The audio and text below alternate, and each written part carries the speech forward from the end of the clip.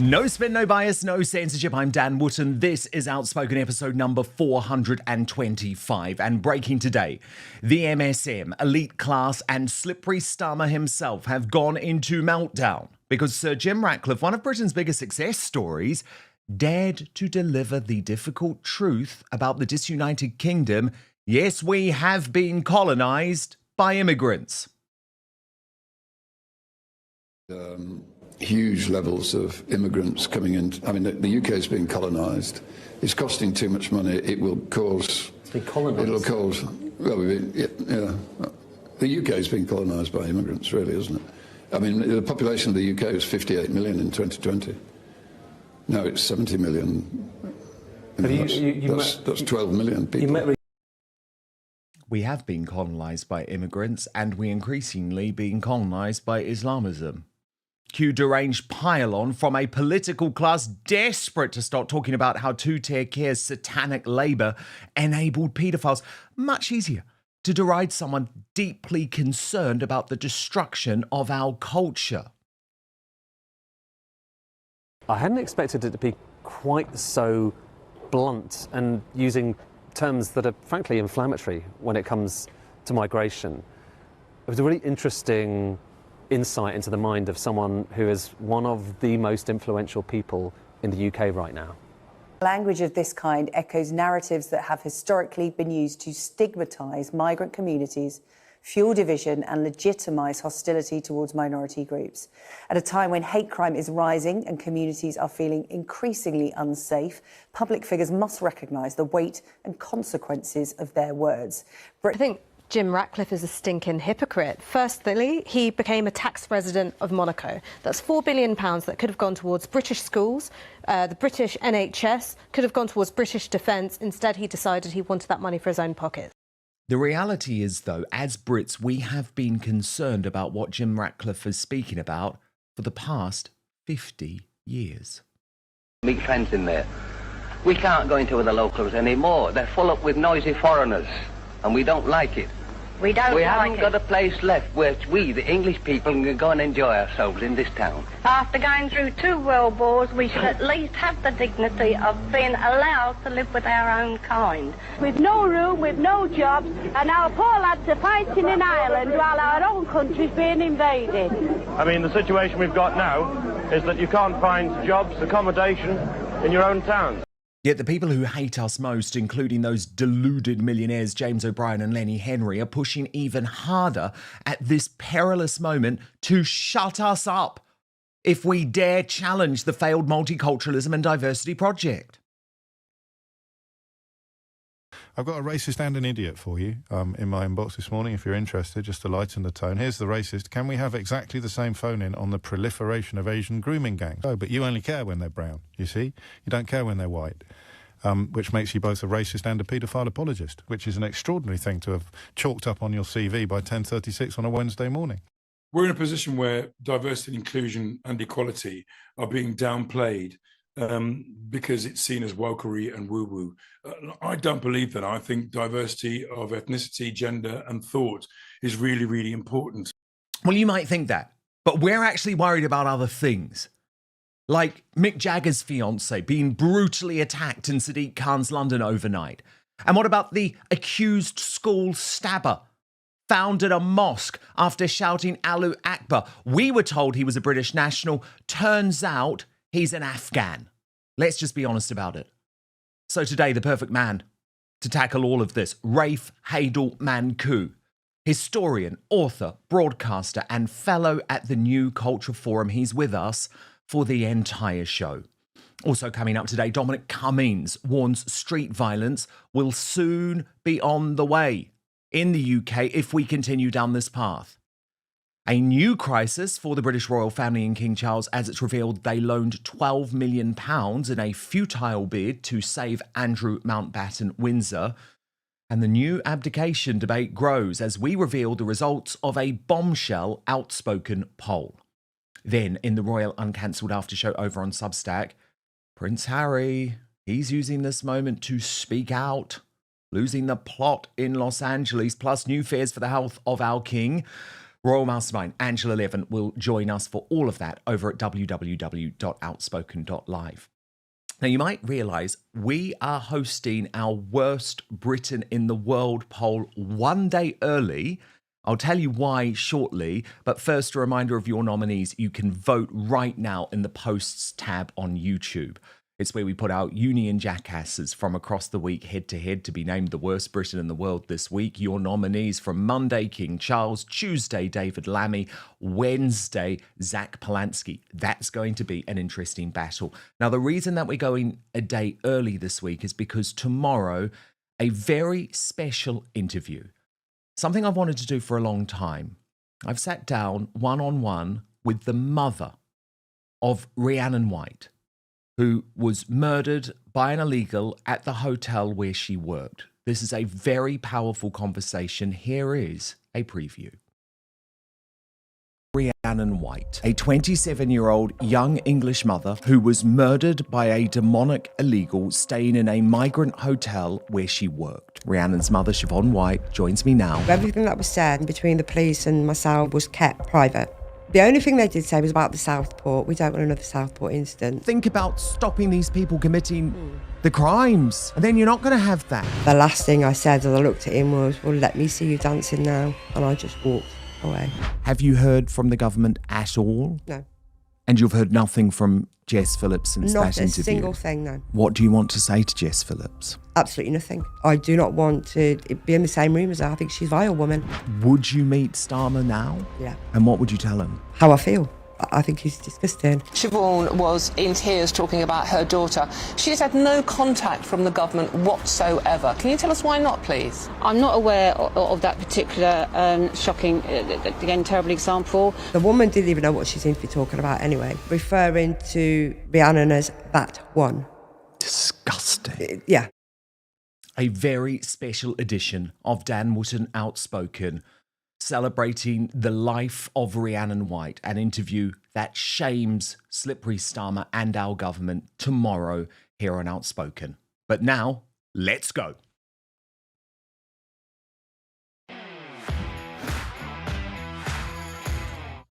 So, Sir Jim Ratcliffe, the most inspiring self-made British success story from council house to the country's richest man, has said the quiet part. We all know about the Disunited Kingdom out loud. We have been colonised by immigrants. I'll add to that, we have been taken over by Islamists too. That honesty not only gets you immediately pilloried by the mainstream media, who have prompted an all too predictable elite class pile-on designed to stop anyone else from speaking out, but it pushes every shameful story about Slippery Starmer, Peter Mandelson, the Epstein files, the satanic Labour Party, pushes it all from the headlines, which is what they want. It was this 50-second viral clip on Sly News that saw Ratcliffe, the Man U shareholder, who, let me remind you, endorsed Starmer and Labour at the last election, almost immediately change the national debate. Watch. Huge levels of immigrants coming in. I mean, the UK is being colonised. It's costing too much money. It will cause... It'll cause... Well, the UK is being colonised by immigrants, really, isn't it? I mean, the population of the UK was 58 million in 2020. Now it's 70 million. That's 12 million people. You met recently with Nigel Farage, didn't you? I did. Do you think that they would be a kind of a good government if they were to win the next election? I think Nigel is an intelligent man, and I think he's got good intentions, but in a way you could say exactly the same about Keir when Keir came in. I think it needs somebody who's prepared to be unpopular for a period of time too. Now, rather than being grateful for such an agenda-setting scoop, Sly News immediately decided to turn on Ratcliffe with the channel's economics editor, Ed Conway, who conducted that interview, branding it an immigration outburst that risks antagonising those inside and out of Man U. Watch. It's actually the first time I've interviewed Jim Ratcliffe, and I was expecting it to be pretty controversial. He's a divisive figure, and as he says himself, you know, relatively unpopular, particularly when it comes to Man U fans. I hadn't expected it to be quite so blunt and using terms that are frankly inflammatory when it comes to migration. It was a really interesting insight into the mind of someone who is one of the most influential people in the UK right now. But as Luca Johnson of the Lotus Eaters raged, I will take no moral lectures from news organisations that spent yesterday relentlessly condemning Sir Jim Ratcliffe's personally sensible comment, especially as I've just spent an entire week refusing to cover a second of the inquiry into the mass rape of young English girls. But Sly News decided that they needed a pile-on from the usual Britain hating suspects, and they turned the interview and the criticism of the Ratcliffe interview into rolling breaking news.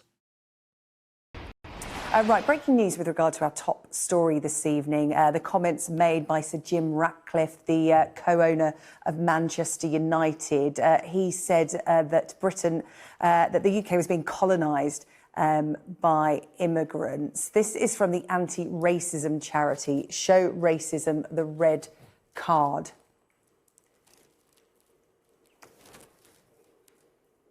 Here we go. Show Racism the Red Card has put this out on social media, saying language of this kind echoes narratives that have historically been used to stigmatise migrant communities, fuel division and legitimise hostility towards minority groups. At a time when hate crime is rising and communities are feeling increasingly unsafe, public figures must recognise the weight and consequences of their words. Britain is a diverse society shaped by migration. Framing that diversity as colonisation is reinforcing harmful stereotypes and emboldening those who seek to divide rather than unite. We urge all leaders in sport, business and public life to choose language that promotes inclusion, respect and social cohesion. Oh, there was the obligatory statement too from the Man U Muslim supporters who moaned the term colonised is not neutral. It echoes language frequently used in far-right narratives that frame migrants as invaders and demographic threats. Such rhetoric has real-world consequences when influential figures adopt language that mirrors extremist talking points that risk legitimising prejudice and deepening division. Man U is a global club built on diversity, on players, staff and supporters from every background, faith and ethnicity. Now, desperate to stop any talk of his paedophile-enabling government, Slippery Starmer saw a political opportunity, posting on X to unleash the hounds. Offensive and wrong. Britain is a proud, tolerant and diverse country. Jim Ratcliffe should apologise. The British Bashing Corporation even wheeled out a literal communist in Ash Sarkar onto Newsnight to wholeheartedly back the PM. I think Jim Ratcliffe is a stinking hypocrite. Firstly, he became a tax resident of Monaco. That's £4 billion that could have gone towards British schools. The British NHS could have gone towards British defence. Instead, he decided he wanted that money for his own pockets. Secondly, if it wasn't for immigration, I think that Man United would have had about 3 of their starting 11 last night. So Kobbie Mainoo, Luke Shaw and Harry Maguire. Not really going to beat West Ham with that, are you? And the kind of language of being colonised by immigrants, that moves beyond talking about immigration as a policy, which I'm all for. We should talk about every area of policy. You're talking about people. And you're talking about people who've come here to live, to work, to have families, as though they're a hostile, occupying force, taking away your language, your culture, your ability to survive. Yeah. So I mean, we know there are some voters who do believe that the language is being taken away, that their culture is being taken away. Where's the language being taken away? There are some people who believe that. Yeah, some people believe the moon's made of cheese, but it doesn't mean they're right. What people, Victoria? Horrible far-right racists like me. As Paul Joseph Watson said, he's a hypocrite for refusing to contribute to the colonisation of his own country. Make it make sense. But look, there's a wider reality here. There's a macro point. Because we as Brits have been ignored for 50 years, as this clip from Bradford posted earlier in the week spelled out in the most upsetting detail. What's the problem? All right, I'm a Scotsman. I'm living in London. I've come all the way from London, but I am a Britisher. And I am here, and I feel there is a great problem here in Bradford. I'm not a politician. I'm a working class man. I'm a member of the British public. I spent 11.5 years in the British forces. I spent it in the Airborne and the SAS, and I'm here now marching for these people. Because to me, we have been sold out all the way along the line by Heath, Wilson and everybody else. And I am not a politician, and I don't want to be interested in politics. Just a member of British politics, British public. That's all. There's too many people in the country. Yet they keep letting these immigrants in, knowing very well that the mass majority of the British people are against this immigration. We've got enough in Bradford, let's keep them out. We've got enough here. We've got enough over here. As Benedict Spence said, Sir Jim Ratcliffe's words would have been unthinkable a few years ago. Today, he'll be met with a lot of agreement, and the people howling with rage at him won't stop to consider why that is. Even immigrants like Zia Youssef of Reform UK agreed Ratcliffe was right. Well, Sir Jim Ratcliffe has said that he believes Britain has been colonised by immigrants, and while some people might take issue with the bluntness of the language, I mean, Ratcliffe's always been a pretty blunt person. I think the point that he's making is absolutely valid. You have, over the 14 years of Tory government, it was 14 million people who arrived in the country gross, around 6.5 million people net. And, you know, look, I'm obviously the son of immigrants. No one knows better than me the invaluable contribution immigrants have made historically. But again, it's the sheer numbers, and it's also the motivations for people coming. So when my parents came to the country in the early 1980s, legal migration annually was roughly the same as what illegal migration by boats are today. And if you look at the Boris wave, my parents came here to work, they've given 50 years of service to the NHS. It was a very small amount of legal immigration, and people were coming here for very precise reasons to fill gaps in things like the NHS. If you fast forward to today, I mean, the Boris wave, for example, the most egregious example of this, nobody voted for this, well north of 3 million people arrived. The vast, vast, vast majority, this is legal immigration, did not come here on work visas. His leader, Nigel Farage, weighed in too, writing, Britain has undergone unprecedented mass immigration that has changed the character of many areas in our country. Labour may try to ignore that, but Reform won't. Restore Britain's Rupert Lowe summed it up with 3 words. Jim is right. Advanced UK leader Ben Habib responded directly to Slippery Starmer by raging, no, Keir Starmer, you need to apologise. You and the last 30 years of government have done this to us. Former Prime Minister Liz Truss said Ratcliffe is right. Now let's see him and fellow business leaders step up and help fix the country. We need their skills. In particular, they need to replace the senior bureaucrats who have failed. And Unite Kingdom's Tommy Robinson pointed out how crooked our MSM really is by rightly suggesting there's been more legacy media coverage and politician outrage in the few hours since Sir Jim Ratcliffe told the truth than there was over the weeks of Rupert Lowe's private inquiry into rape gangs. Let that fucking sink in. Katie Hopkins praised Ratcliffe too, saying, thank you, Sir Jim. It takes great courage to speak truth in the UK. Watch.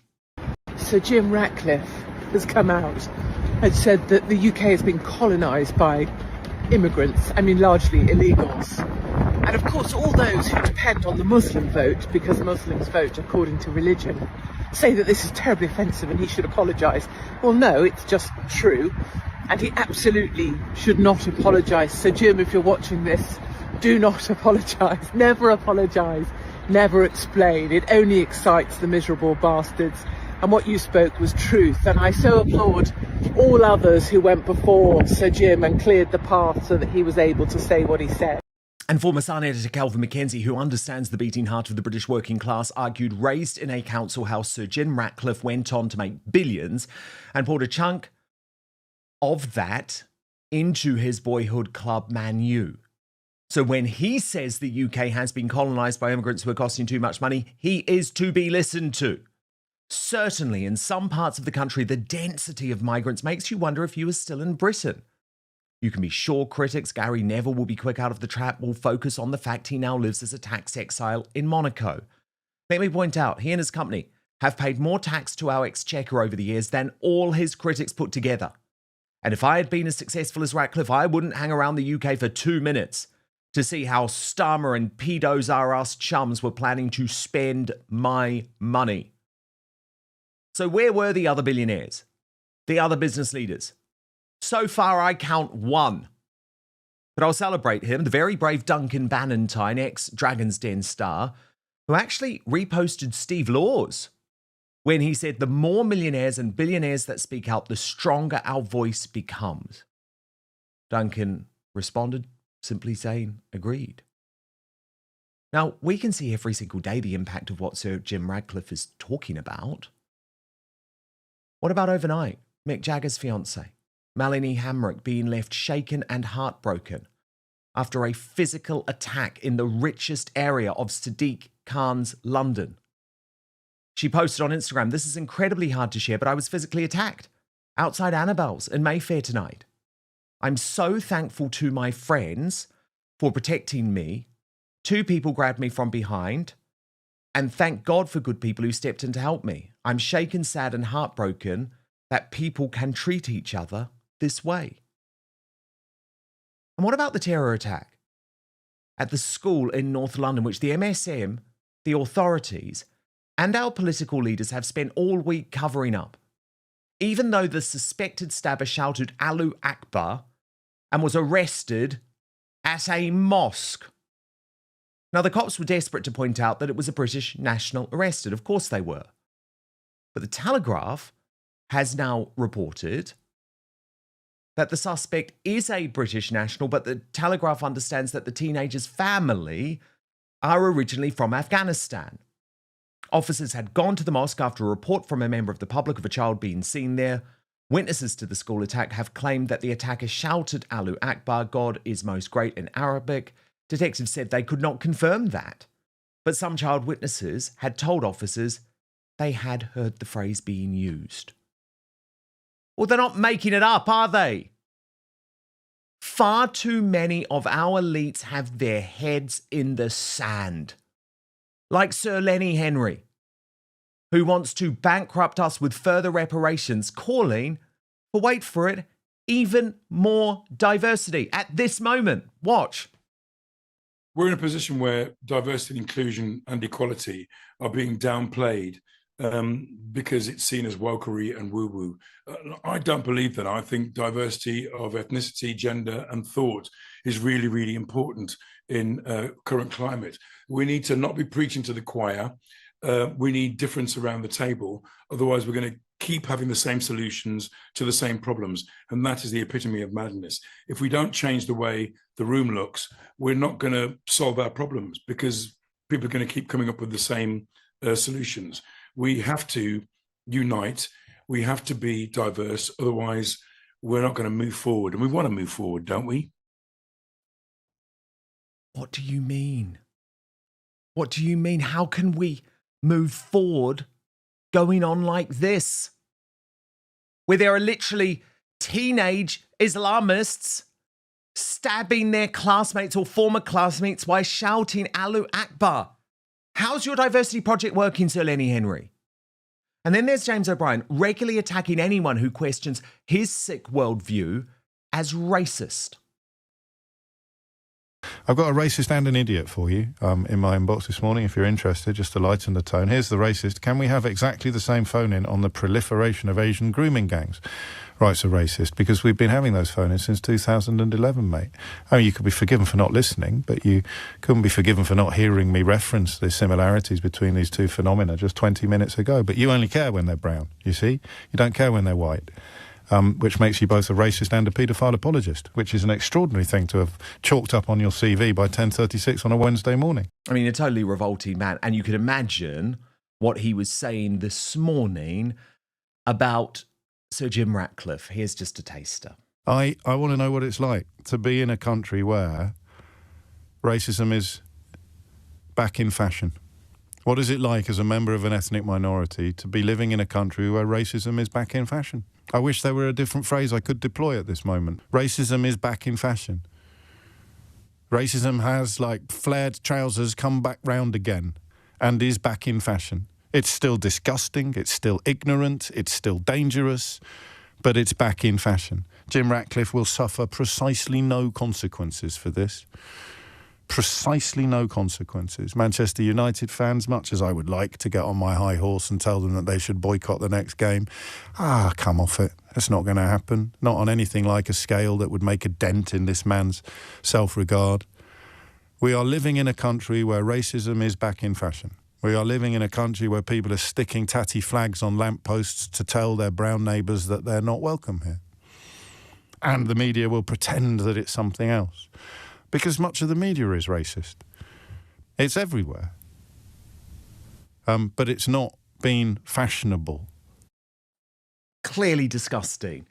But what is most disgusting is that Sir Jim Ratcliffe was forced into a U-turn, was forced into an apology.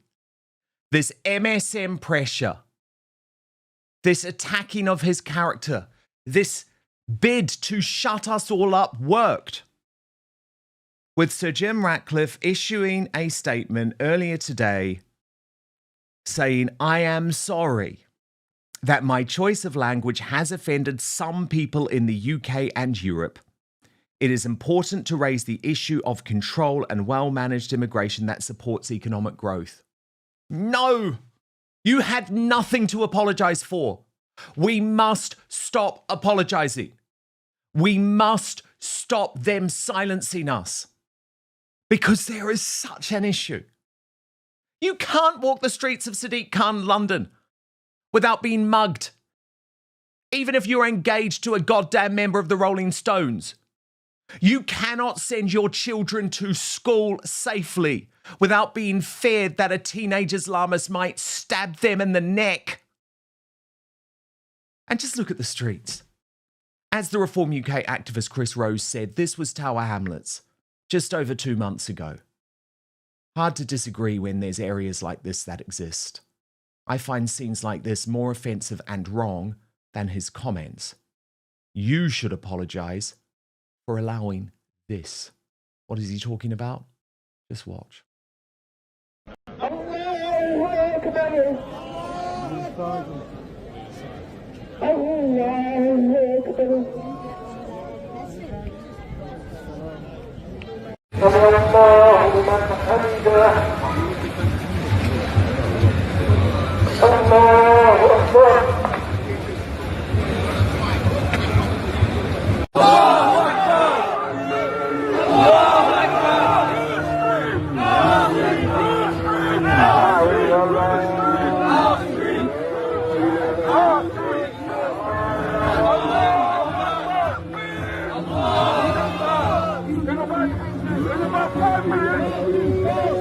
You, Sir Jim Ratcliffe, had nothing to apologise for. Well, one man who has been tracking this shocking decline since long before it was popular is Rafe Hadel Manku. Back in 2022, he spoke out against the consensus by writing that today's census results reveal that 42% of the 10 million foreign-born residents in England arrived in the last decade.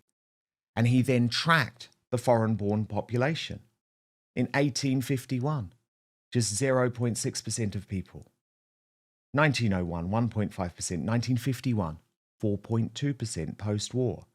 Even in 2001, though, 8.3%. When did things change? 2011, 12.7%, 2021, 16.6%. He says this cannot continue. And I'm delighted to say that Rafe Hadel Manku joins me now.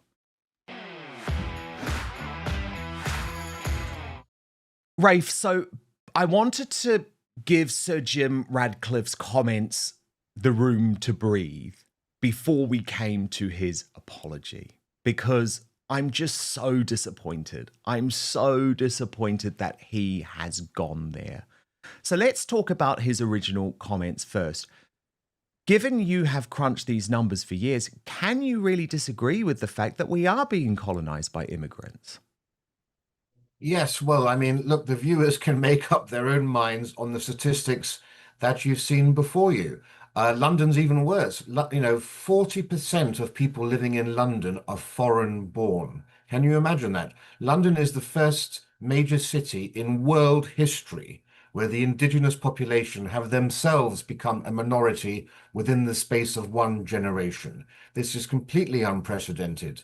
But let me put it another way. We've had more immigration to this country in the last 20 years than in the last 2,000 years combined. And no country, no culture, no society can sustain that rate of rapid demographic change, or dare I say, survive that amount of change. And that's why the words of Jim Ratcliffe resonated with the British public. I would say the majority of the British public know exactly what he means. Yes, a blunt choice of words, but most British people have experienced life at the coalface of the dark side of diversity. And the Lenny Henrys of this world, the Keir Starmers and others, they live in bubbles. They don't see the dark side of diversity on a daily basis. For them, immigration means a gardener, a cook, an au pair, a nanny, a cheap plumber. They don't see the antisocial behavior, people not queuing for buses, people spitting and dropping litter on the street. Many of those things you can't actually blame migrants for, because they're coming from cultures where that's perfectly normal. They don't understand British traits, but it's that clash of cultures. And we have imported, unfortunately, the vast majority of those people who've come to this country have been low-skilled immigrants from culturally incompatible nations. And that's the reason. And it is right. Intolerance is rising in this country. Racism is rising in this country, as James O'Brien said. But why is that? Because the British people have been swamped. The British people are still the world's third least racist country in the world, amazingly tolerant. But when you see your culture being diminished, when you see you're in a battle for survival, that's why people are flying flags from lampposts. They're doing it as an act of last resort, because they've been failed and betrayed by their government, failed by Starmer, failed by Boris Johnson. No one is standing up for the English, and so they are flying the English flag almost as a sign of distress. And Rafe, I mean, things are so bad, and we get examples every single day. And it's not about wanting to be negative or do down our country. It's about the very real threats that people feel. And I cover them every single day. But that's why I thought the examples over the past 24 hours were so stark, because you've got a very privileged woman, a very wealthy woman, a very rich woman, and the fiance of Mick Jagger being attacked literally outside Annabelle's. I mean, you know Annabelle's, Rafe, it's pretty much the poshest destination in London, right? So you're not safe there, but neither is a 13-year-old going to school in Brent, North London. And I think both those stories actually represent the decline, because no one is safe if we continue on this path. And the problem that I have now is that people are going to look at Sir Jim Ratcliffe and think, oh, I'd rather just leave the country than speak out. Because if I speak out, I'm going to be condemned by the goddamn Prime Minister. But the British people aren't buying it any longer. The fact that he felt comfortable enough to use the word colonisation shows you how far and how quickly the Overton window has shifted, almost month by month. We are having conversations in 2026 that were unimaginable in January, February of 2025, because actually now we are beginning to see the results of this unprecedented experiment in real time, as you say, affecting everyone. Joan Collins and Shirley Bassey have been attacked in places like Knightsbridge. I was at Annabelle's just 2 weeks ago. I can easily see why you get those scenes there, because around you see these people swarming around. Look, Britain is now the world centre for acid attacks. We have gangs of youth in the street with machetes. We have honor killings. We have child killings. We have child marriage, rather. We have forced marriage in this country. Of course, we now have a situation, this is quite unbelievable, where the Metropolitan Police in London now have a department training officers how to detect child abuse linked to witchcraft rituals, thanks to immigration from parts of Central Africa and so forth.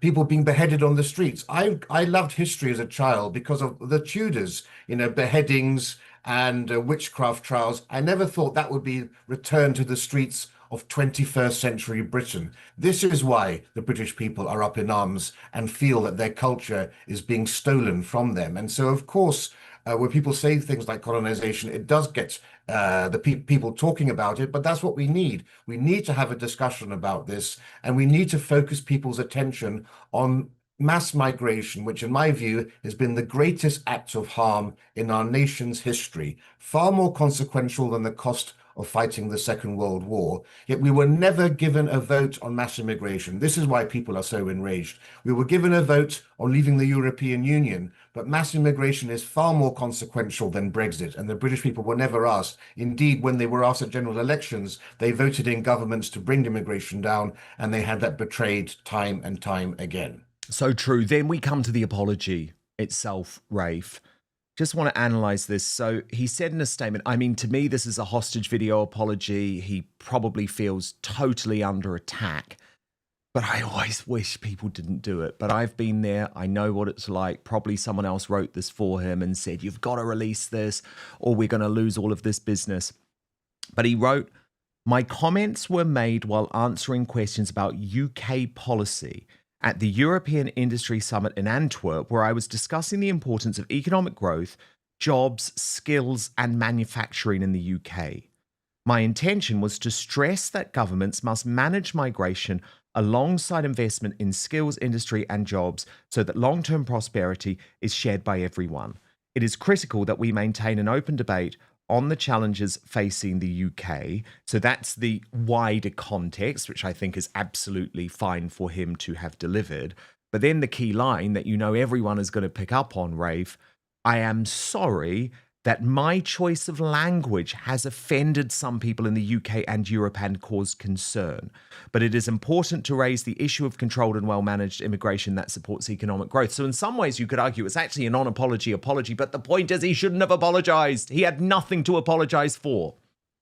Yeah, exactly. The cardinal rule, never apologize. The people who get upset about these things will never be satisfied by an apology. It will only embolden them to go after you even more. And it is a huge source of regret that even somebody as powerful as Sir Jim Ratcliffe felt compelled to do this. Obviously, not one word of his went into that statement. That was all carefully crafted by his legal and PR team. But I wish he could have gone the further mile and had the backbone of other billionaires. Look at Elon Musk. Look at J.K. Rowling when it comes to the trans issue, people who are willing to actually make that final stand, whatever the consequences might be. We need more people to be brave, because once people like that stand up, once billionaires stand up, that will embolden others. It'll be that I Spartacus moment when other people will say, well, actually, that reflects my view and my opinion too. But luckily, we're already having this conversation. So I think the apology is pretty much a secondary story to what he said originally. We're discussing that issue more than the apology. Yeah, and I think that's what was really critical to me, because I know what the mainstream media are going to do. They're going to focus on trying to destroy this guy. They're going to focus on the fact that he has had to issue a groveling apology. That's how they will frame it. Whereas for me, you're completely right, Rafe. Let's not get away from the issue, because the issue is what matters. And the issue is what he has been brave enough to put on the agenda. Dominic Cummings is now warning of street violence in the United Kingdom if governments continue to ignore the will of the British people. And I think all of this fits with a growing fear amongst former members of the elite class. I would put Sir Jim Ratcliffe in that category as well, who are realizing the UK is a tinderbox and the government simply has no solution to this growing sense of unrest from the British public.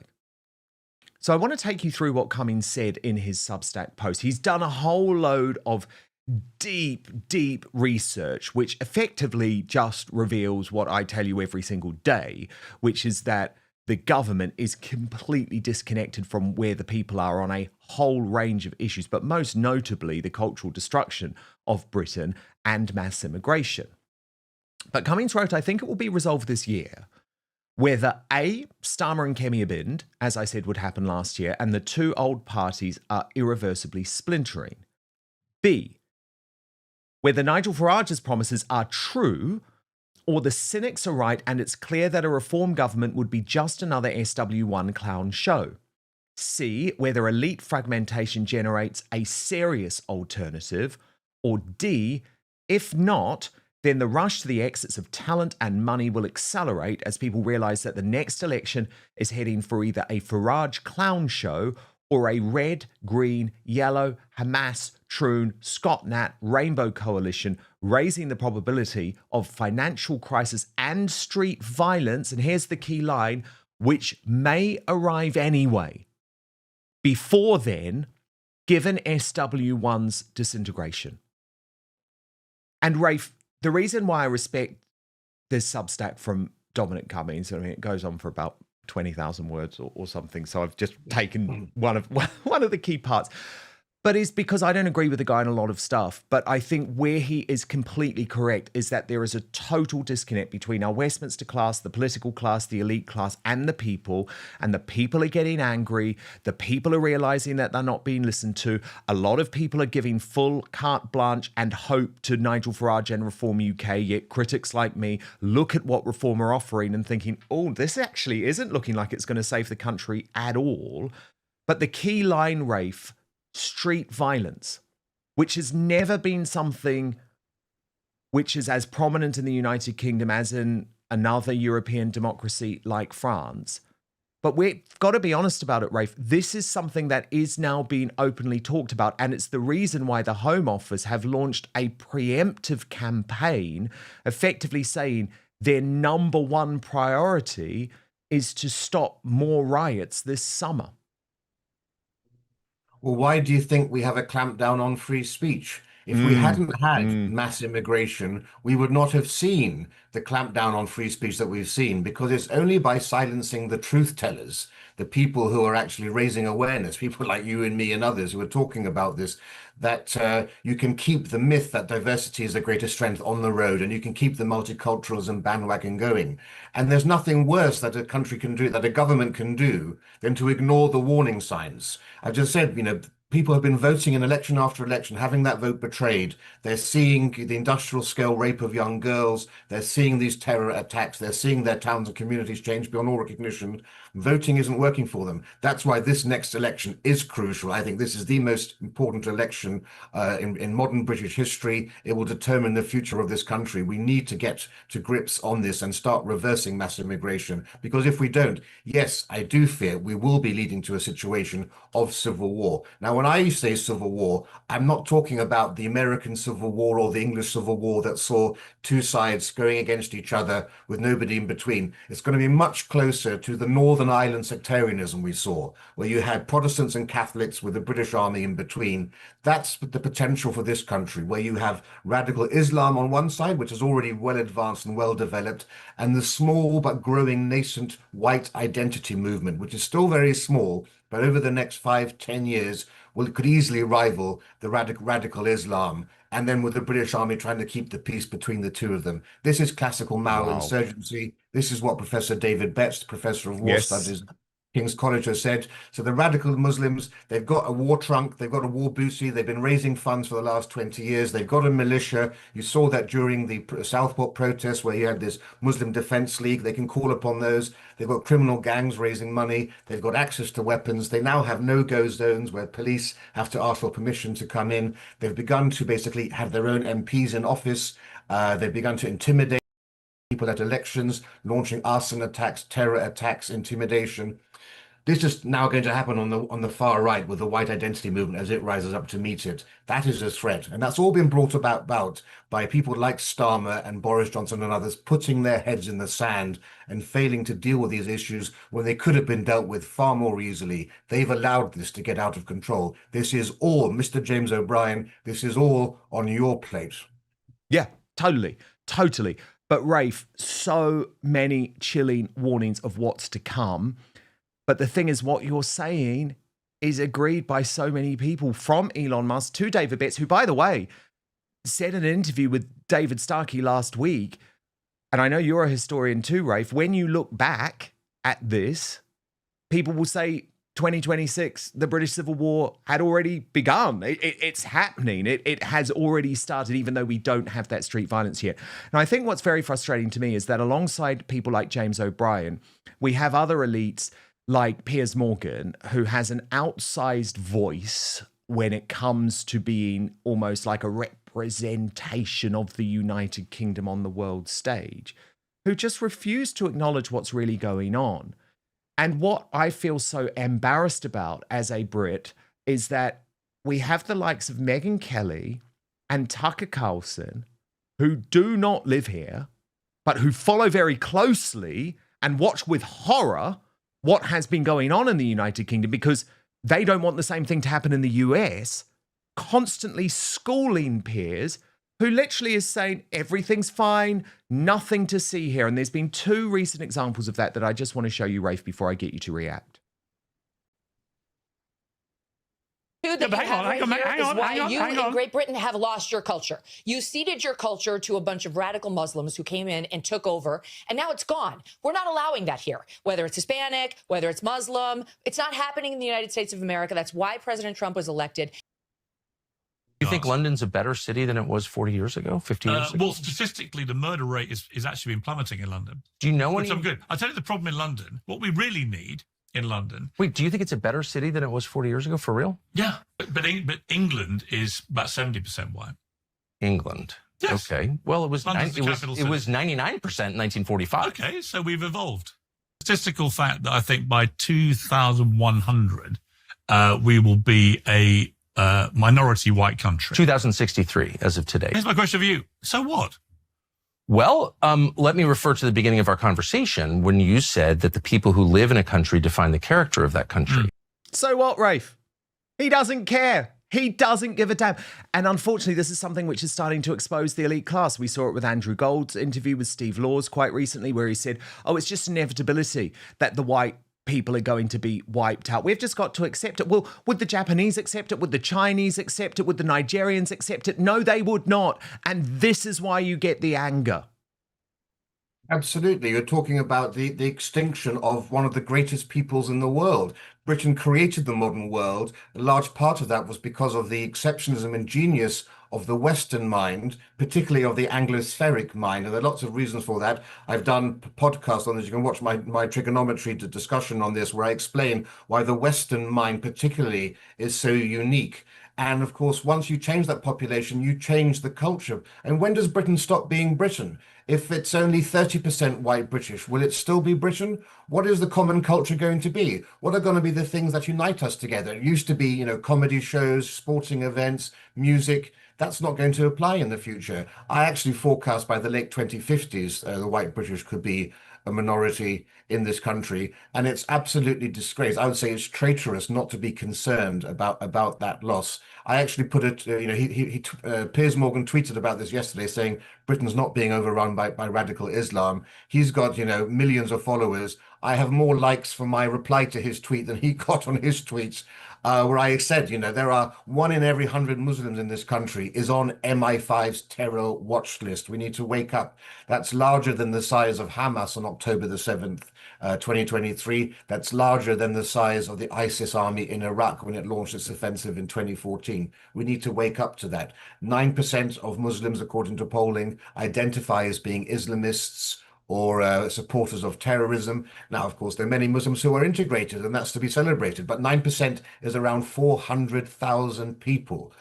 This is serious stuff. By 2050, we could have more Muslims on the terror watch list. If the population doubles or trebles, as it's forecast to, the number of Muslims on the terror watch list will be larger than the full-time British army. It's already half the size of the full-time British army. This is a national security risk just as big, I would say probably bigger than China or Russia pose to this country, yet nothing is being done about it. Instead, what you get are people like Piers Morgan, safe in his ivory tower, saying there's nothing to worry about here. I will trade all you chaps off. I'll trade you, Dan, and you, Rafe, off for a nice Vindaloo country somewhere. Exactly, for my chicken tikka masala.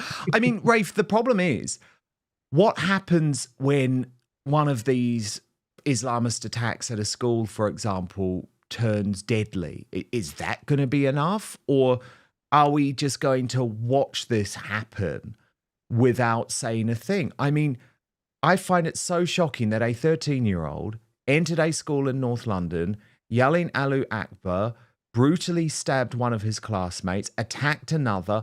Both are in serious condition in hospital. He was discovered in a mosque, Rafe. His parents hail from Afghanistan, yet all that's happened this week is, as far as I'm concerned, a gaslighting effort by the mainstream media, the authorities, and our politicians to say nothing to see here. Yeah, terror police are looking at it, but it's a British national, it's a British national. And it's about the knives. It's just about knife crime. No one is talking about Islam yet again. The elephant in the room.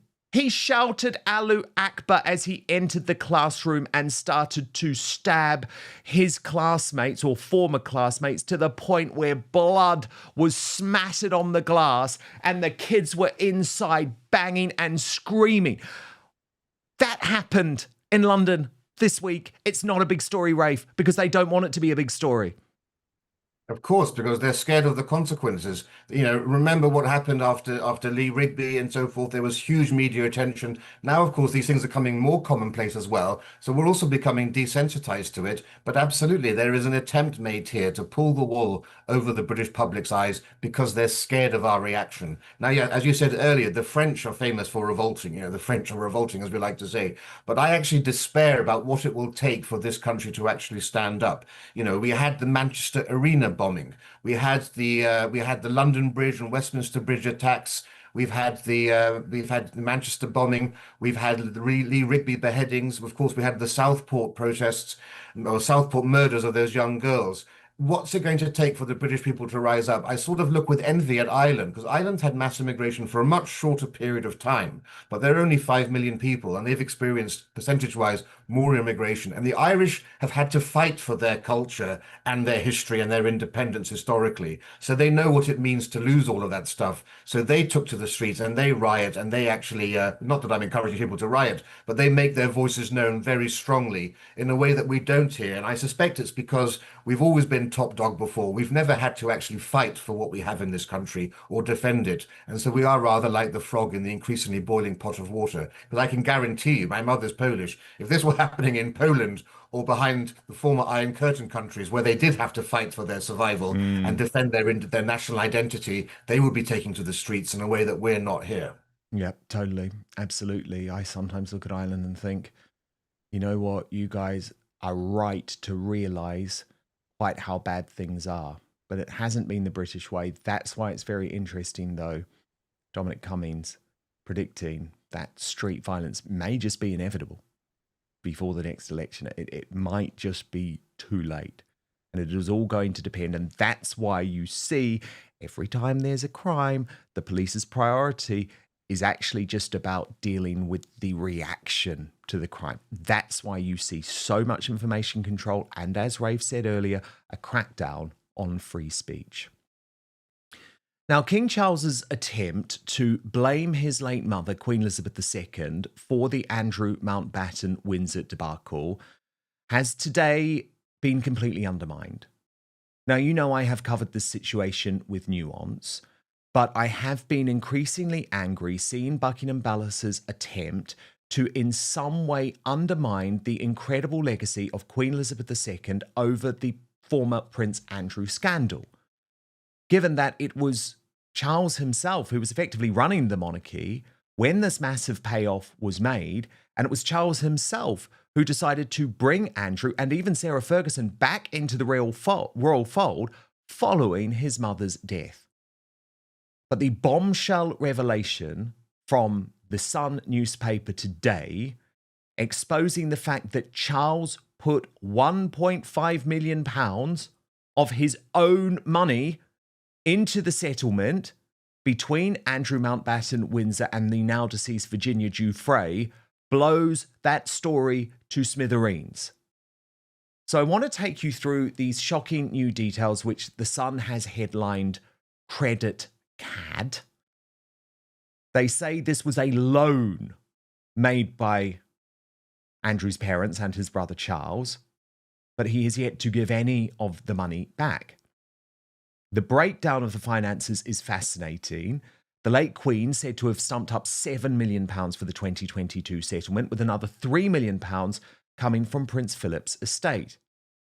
But in a damning revelation for Buckingham Palace, some £1.5 million was paid by the then Prince Charles, with other royals also chipping in to stop Ms. Giuffre's sexual abuse case. A source said Andrew's not paid back a penny.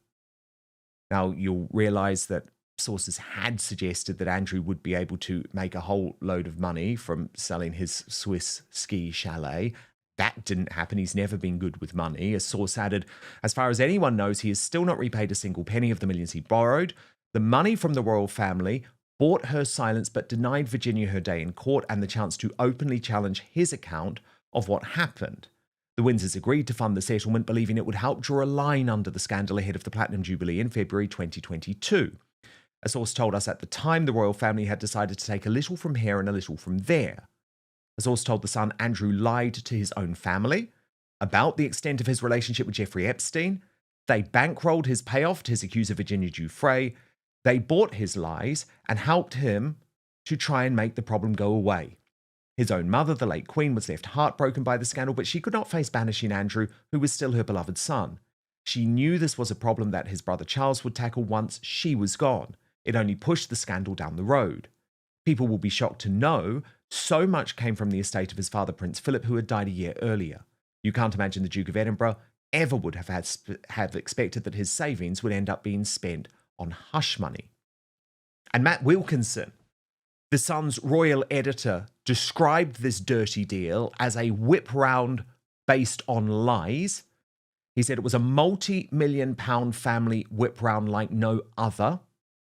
It was based on Andy's assurances to his parents and siblings that he had done nothing wrong.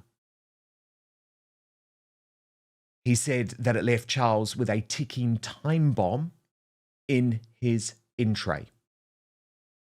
Andrew is now in Sandringham, where his brother will fund his new life, so he is no longer a burden on the Crown estate or anyone else. But the late Queen and Philip's mother will never be repaid, and Charles is also unlikely to get his cash back. Now, there is a growing demand within the British elite class for King Charles to go further and harder on his brother, with Matthew Syed appearing on the British Bashing Corporation's Newsnight last night and suggesting that he should immediately be booted out of Sandringham, having just arrived from Royal Lodge 2 weeks ago. Watch. I think the King, if I was advising him, should say publicly that he is demanding that Andrew testifies in Congress, cooperates fully with the police investigation, and that he exerts a sanction on Andrew if he fails to do so. I mean, so Andrew, where is he living at the moment? Sandringham. I mean, he should eject him. I mean, the public won't stand for anything less. The abuse of children is one part of this, but both Mandelson and Andrew are alleged to have been given government secrets and market-sensitive information to enrich themselves. It is outrageous that he's staying in an accommodation of the British head of state. And potentially one big question for the King is his statements in recent days and months have been saying we must put the survivors first. They must be heard. Turns out he made a payment to something that was to keep Virginia Giuffre quiet during the Jubilee. And the problem for the King is that we now have a former Prime Minister weighing in. Gordon Brown, who feels personally burned by the Peter Mandelson scandal, is now demanding that the police investigate Andrew in relation to Epstein's Lolita Express. This is a bombshell column in the New Statesman this week, where Brown said he had spent the last week looking at the Epstein files, the documents relating to the disgraced financier, and he writes, "What I discovered about the abuse of women by male predators and their enablers, and Britain's as yet unacknowledged role, has shocked me to the core. It demands an in-depth police investigation and is by far the biggest scandal of all." Referring to the BBC investigation into Epstein's private planes arriving and departing from UK airports, he wrote that women were transferred from one Epstein plane to another. A number of logs for his planes identified women on board only as unnamed females.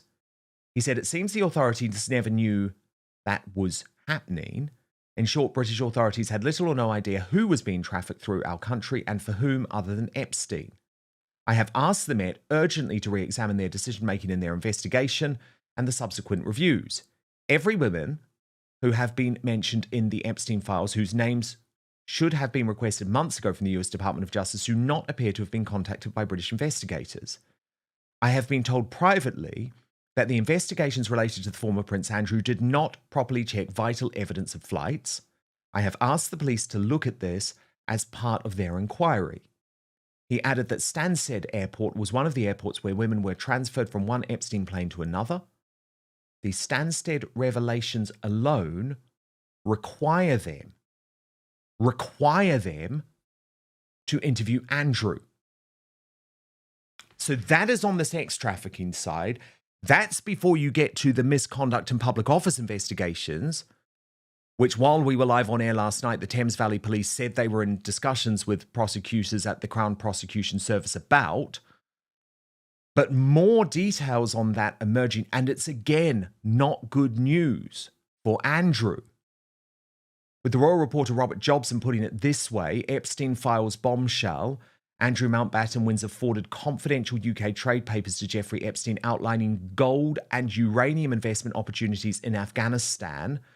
Briefing prepared by UK officials sent in 2010. The BBC reports it has seen the documents. And that is indeed the case. They say it was prepared by Andrew by UK officials and then forwarded to Epstein in December 2010. So a huge amount to get into now with Rafe Hadel Manku.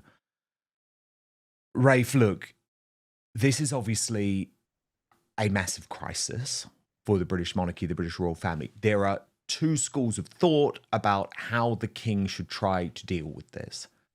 But I do think today's revelation in The Sun provide a hammer blow to the argument that he has been using thus far, and the one that I have a problem with, which is that, oh, this was all down to Queen Elizabeth II, and my mother left me in this situation. Because as I have been reporting for some time, Rafe, that is just intellectually dishonest.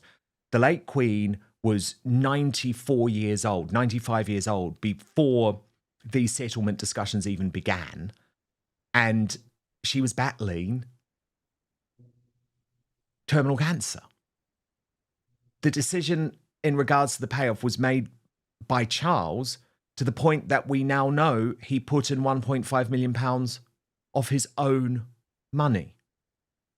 So what does the monarch need to do, Rafe, to get in control of what appears to be an unraveling situation? So I think the king is the one issue upon which you and I probably would clearly disagree, Dan.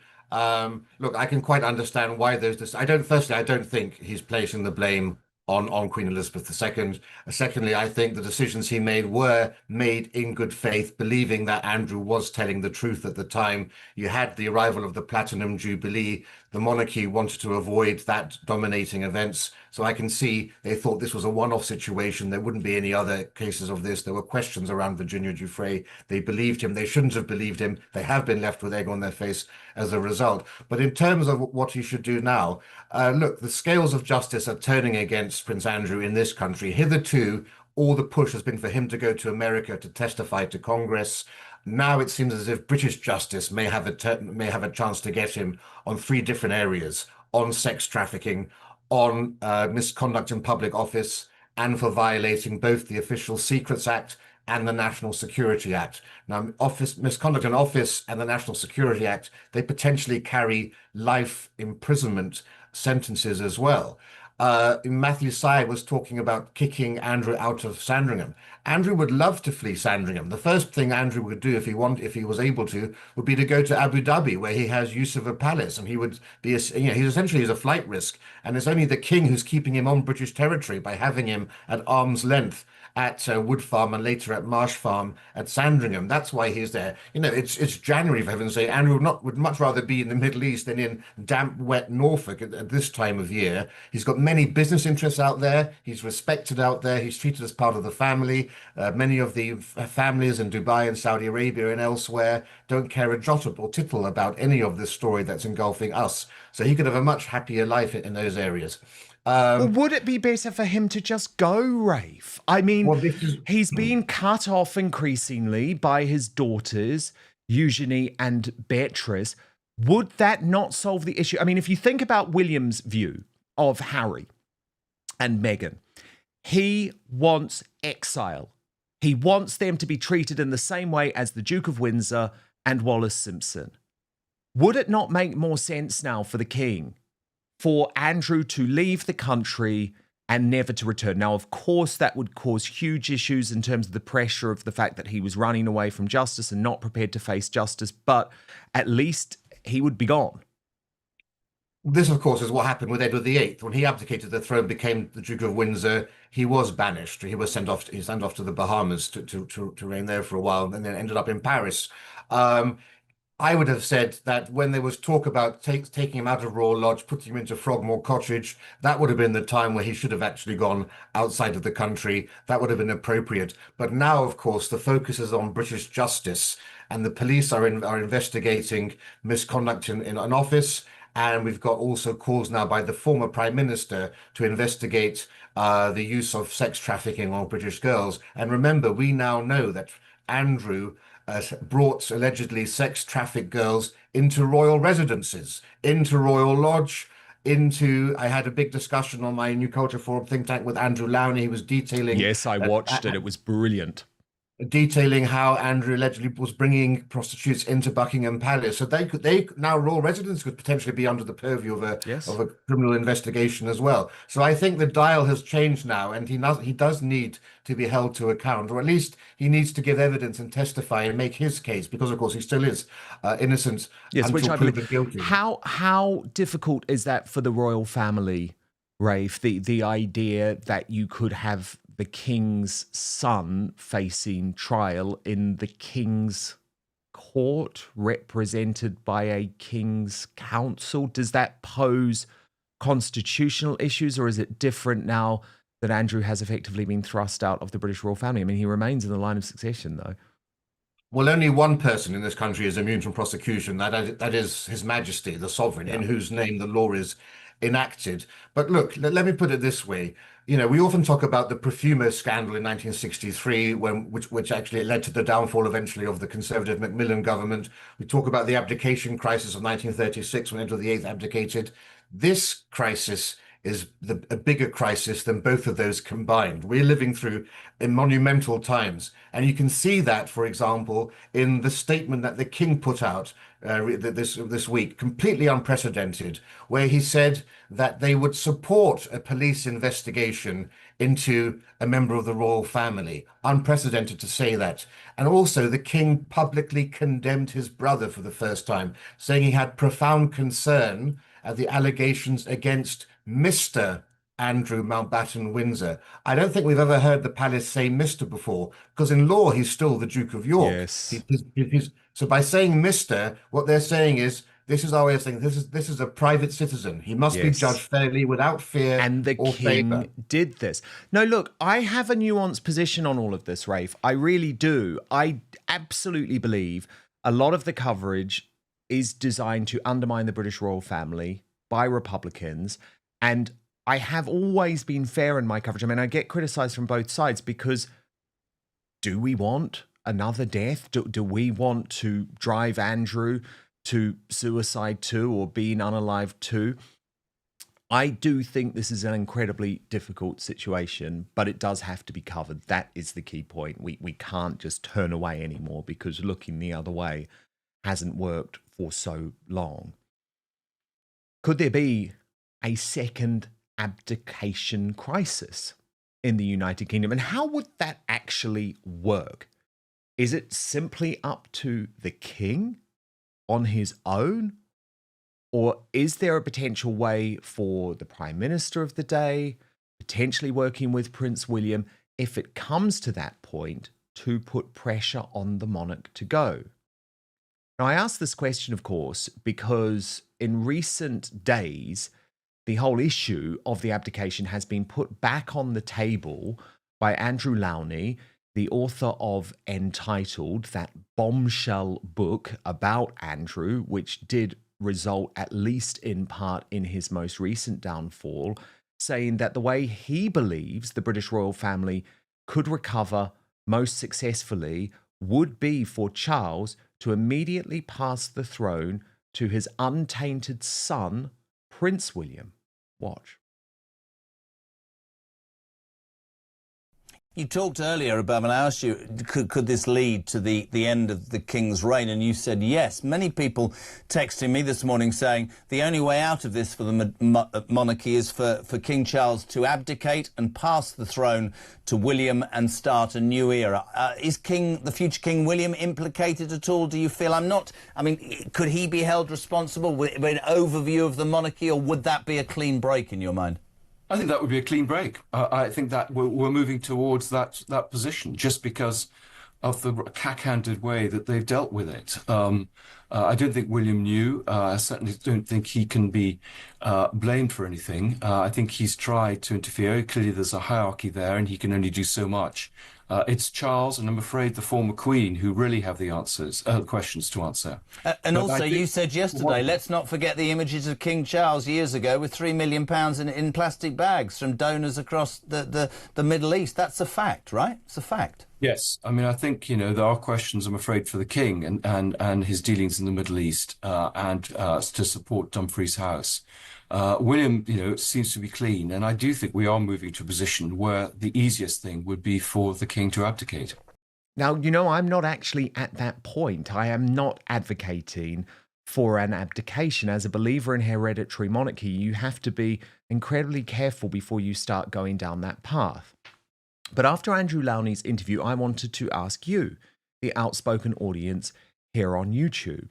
And we have had an overwhelming response with over 70,000 of you taking part in our mega poll. The results might shock you. It wasn't even close. Should King Charles abdicate and allow Prince William to take the throne because of the Epstein-Andrew scandal? 77% of Outspoken viewers saying yes.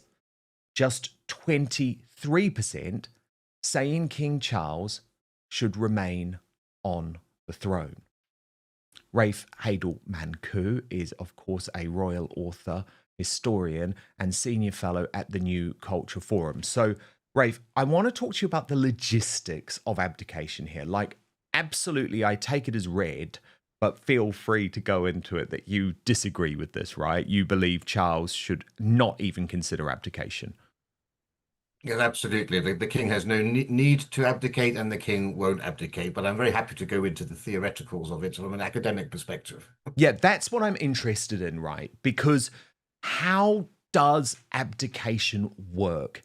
Constitutionally, is this literally only a question for the king, or is there any process in law that allows the Prime Minister and the heir to the throne to have a formal role, or is it literally down to the conscience of the monarch? Well, we never know what happens in those private meetings between the Prime Minister and the King, but there is a difference here because, of course, it does have to be the monarch's decision on whether to abdicate or not. Pressure can, of course, be applied if the situation was serious enough, be it ill health, be it mental issues, or be it involvement in some hugely outrageous scandal or something, none of which applies in this case.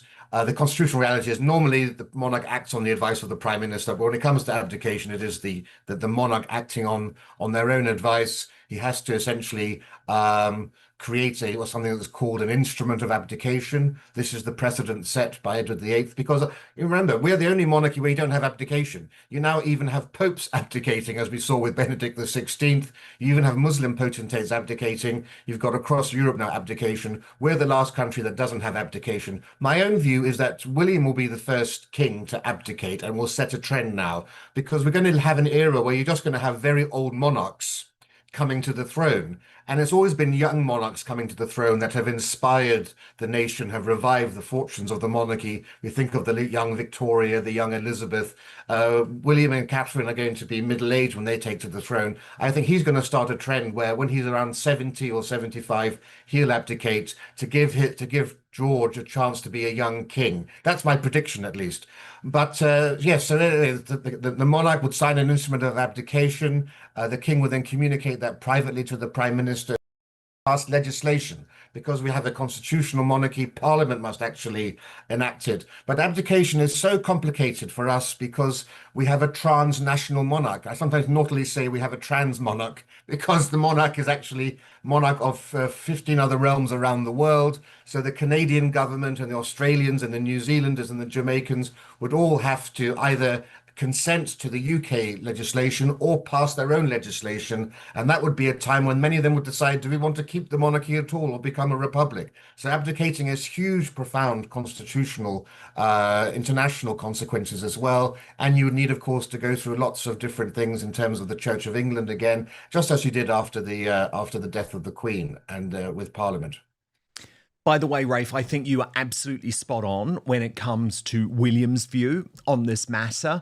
What people don't realise, and it's in part because Kensington Palace and Buckingham Palace don't really want these things discussed, is that William is currently thinking the unthinkable about a whole load of issues. I'm sure some of them absolutely horrify you, Rafe, as a traditionalist. You know, we're talking about not being the head of the King of England, head of the Church of England, not being the head of the Commonwealth, but also this idea of a lifetime reign is not necessarily something William will sign up to. Of course, much of it will depend on George himself. Like, does George actually want to take the throne? Does he have a hunger for the power and the constitutional role? Because we know with William, for example, he doesn't want the throne early, actually. He loves the fact that he is raising his children as an heir to the throne rather than the monarch himself. But I do think there might be something to be said for it, although you do then start to get into the area of what is the point of a monarchy at all if we just so easily pass it on down the generations. This is something we've seen a lot with European monarchies, Rafe, but at the same time, European monarchies don't have the power or the prestige of our monarchy. And that is partly because of the fact that we don't abdicate. Yeah, the nature of the British monarchy is so different to how it's seen elsewhere in Europe. Remember, we're the only ones to have a proper coronation service. So we almost have a spiritual connection with the monarchy. It is the golden thread that winds its way through almost every aspect of our society. You know, every institution of this country takes its authority from the crown. Civil service, the police, the army, the Royal Mail, everything we have is tied to the monarchy in some way. And central to that is this, you know, we're the only monarchy where we crown the king or queen with a crown, cementing that bond, the idea of a covenant between the monarch and the people. It's almost like a sacrament. The Queen saw it as a sacrament, like becoming a priest. So that means it's a lifelong commitment. And if you can start to pick and choose who becomes the next monarch or decide when that happens, that does call into question many of the philosophical arguments for monarchy in this country. But of course, as long as it does, it still adhere to the line of succession. And you do know this is still being passed down through the hereditary process, through primogeniture. I think it wouldn't be that controversial in the latter part of this century to make such a change, although I personally would regret it, along with, of course, many of the other modernizing schemes. Yes. Although, Rafe, our monarchy has had an amazing ability to reinvent. And let's just go back to the last abdication crisis and involving King Edward VIII, and it would have been so easy to predict that the monarchy would not survive that. I mean, all of a sudden, a family who was not prepared to take the throne took over, and of course, it did give us the second Elizabethan era. So, I think I think the predictions of the death of the monarchy are massively overstated at the moment, because I do believe that in William and Catherine and George and their young children, there is that potential to reinvent, because this is one of the most popular royal families ever. And there are echoes, aren't there, of the family of the young Queen when she all of a sudden became heir to the throne. You know, that was a very popular family in the same way. But going back to that abdication crisis, what actually happened there? I mean, how much pressure was he under? Because, of course, he made the decision to do it, but presumably on the strong advice of the Prime Minister. Yes, well, he was also very closely advised by Winston Churchill, who was one of the only politicians who was on King Edward's side, actually, and Churchill took a lot of flack for that. But he was given a choice. It was a sort of a Sophie's choice. Either you can remain King Emperor, or you can follow your heart. And as he said in his speech, I can't go on without the help and support of the woman I love. And so if you were to have an abdication today, it would follow along the same lines, essentially. Edward VIII became the Duke of Windsor, stopped being His Majesty. William would take on all those titles of king, and King Charles would become the Duke of Somewhere, His Royal Highness the Duke of Somewhere, although probably socially he would still be called the king. Queen Camilla, she was queen in her own right. She was crowned as such. Now, under the common law, the queen takes the status from the husband. That's how it works in our system. But she said, but she would potentially remain Queen Dowager, even though her husband was no longer king, unless she were to be stripped of that title. But that would seem to be a very punitive punishment for her, given that she didn't do anything in any of this. So it brings up all sorts of interesting constitutional and protocol issues. But ultimately, it is the decision of one man, the man upon whose head wears the crown. But also, to your other point, just remember what King Farouk of Egypt said. He said, eventually, there'll only be 5 kings left in the world: the king of aces, diamonds, hearts and clubs, or clubs and spades, and the King of England as well. The beauty of the British monarchy has been its ability to evolve and adapt with the times. It always looks the same, but it makes these subtle changes, never being ahead of the curve, ahead of fashion, but always following closely in its wake. That's why we still have a monarchy here when you don't get them in Germany, in Italy, or elsewhere in Europe. Absolutely fascinating insight and analysis from the brilliant Rafe Hadel-Manku, author, historian, and of course, senior fellow at the New Culture Forum. Rafe, so brilliant to have you back on Outspoken. We will speak very soon. And of course, we are about to announce the worst Britain in the world this week. Your nominees are the Union Jackasses from across the week. On Monday, Rafe wouldn't like this. You nominated King Charles. On Tuesday, the Deputy Prime Minister David Lammy. On Wednesday, Zach Polanski, the Green Party leader. Thank you so much for your tens of thousands of votes and for your comments as well. Let me get to some of them now. Yvonne, F3Z, says, that idiot from the Green Party, he is dangerous. It would be like putting Sheldon Cooper in charge from The Big Bang Theory. Please, God, help us. Adam White, 9672, said, imagine in a century's time there will be no such thing as a Britain. Keep sitting on your asses and doing nothing about it. You're being replaced, and it's as easy as taking candy from a baby. And Andy Scott says, Lammy waited 14 years to be driven around in a free Range Rover.